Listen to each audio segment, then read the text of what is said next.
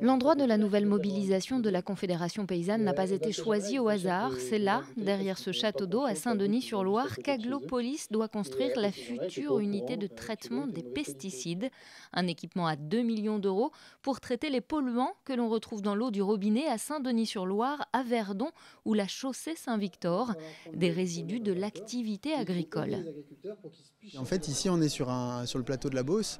Et donc, sur la Beauce, les molécules mettent 30 ans à descendre dans les nappes phréatiques où on puise l'eau.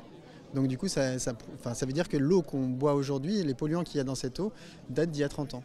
Sur ce site internet du ministère de la Santé, accessible à tous et qui analyse l'eau potable de chaque commune, à Saint-Denis-sur-Loire, la molécule que l'on retrouve le plus dans l'eau potable, c'est le chlorothalonil, un fongicide interdit depuis mai 2020. Entre janvier et avril 2024, la quantité de cette molécule est 5 à 6 fois supérieure à la norme de qualité fixée par des normes européennes. Pourtant, la population n'est pas avisée. Eau conforme en bactériologie mais non conforme en physico-chimie en raison d'une teneur trop élevée en pesticides. Nous consommons l'eau du robinet depuis de nombreuses années.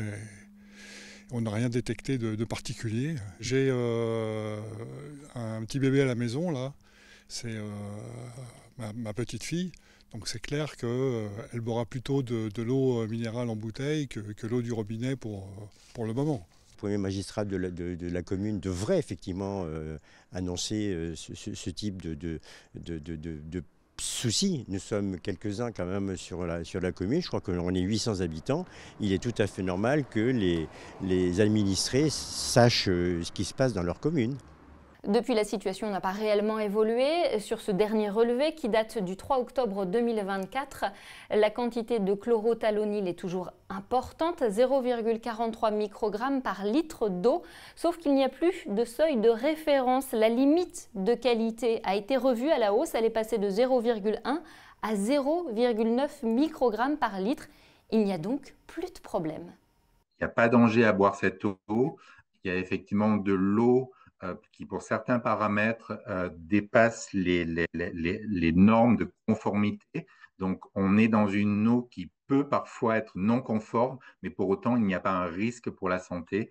S'il y avait un risque pour la santé, il y aurait des recommandations de ne pas consommer cette eau pour des populations spécifiques ou pour l'ensemble de la population.